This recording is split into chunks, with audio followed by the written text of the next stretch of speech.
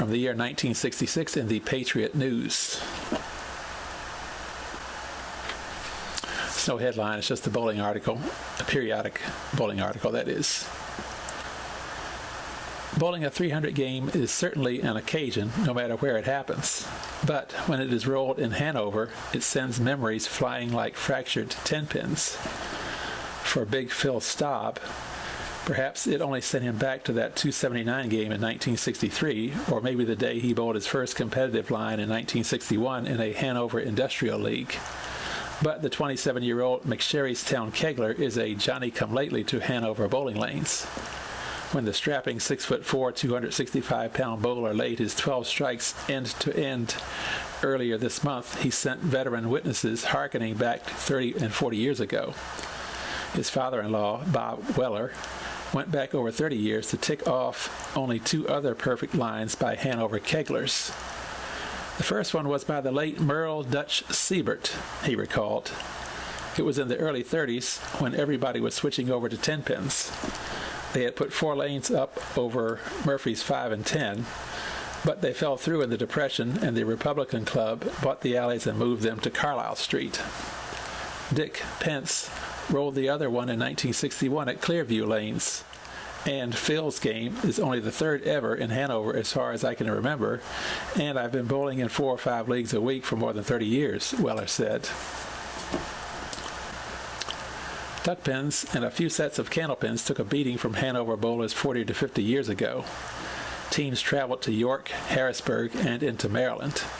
A pair of alleys at the Eagles Club were among the earliest lanes, and later at Bert Whedon's home plate on Carlisle Street.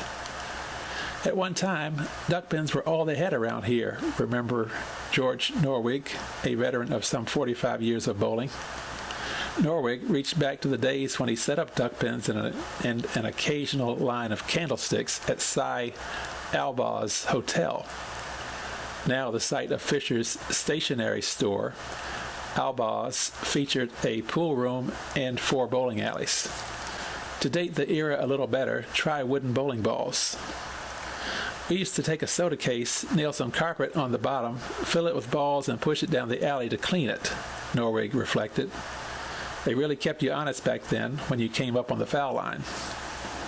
We didn't have lights on the foul line in those days, of course, Norwig said, but about 3 inches in front of the line, they had a piece of rubber sticking up from the approach. That kept you back, or if you didn't, you went right on your nose. I even remember a place in Littlestown where they had a bar across the foul line about a foot from the floor. That did the job, he recalled cheerfully. Norwig ended up on the duckpin trail with a team from the Hanover Moose Lodge. The group rolled in a Penmar circuit, defending Pennsylvania's honor against Reisterstown, two teams from Westminster and 2 from Frederick, Maryland. We rolled regular wooden ducks while they were starting to bowl with the rubber bands at Albaugh's, he added. The rubber bands were duckpins fitted with a wide strap of lively rubber around the girth of the pin.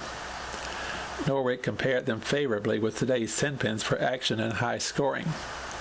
Norwig converted to the bigger wood along with the rest of the rank and file keglers about 1930 to 1931. It was a gradual change. We'd argue about which was better. Some liked a little of both. I understand in Maryland you can still bowl duckpins at some alleys, he said.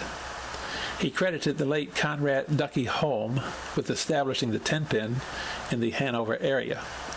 He came in from the West, where he had played football for the Green Bay Packers.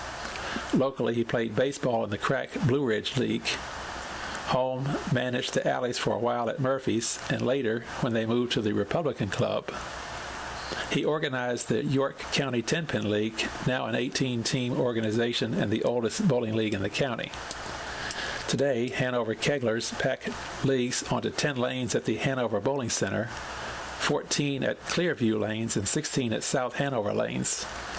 8 alleys are still active at the Republican Club, where Holm started the ball rolling toward the bigger, livelier targets. And the 300 games are coming only 5 years apart instead of 30.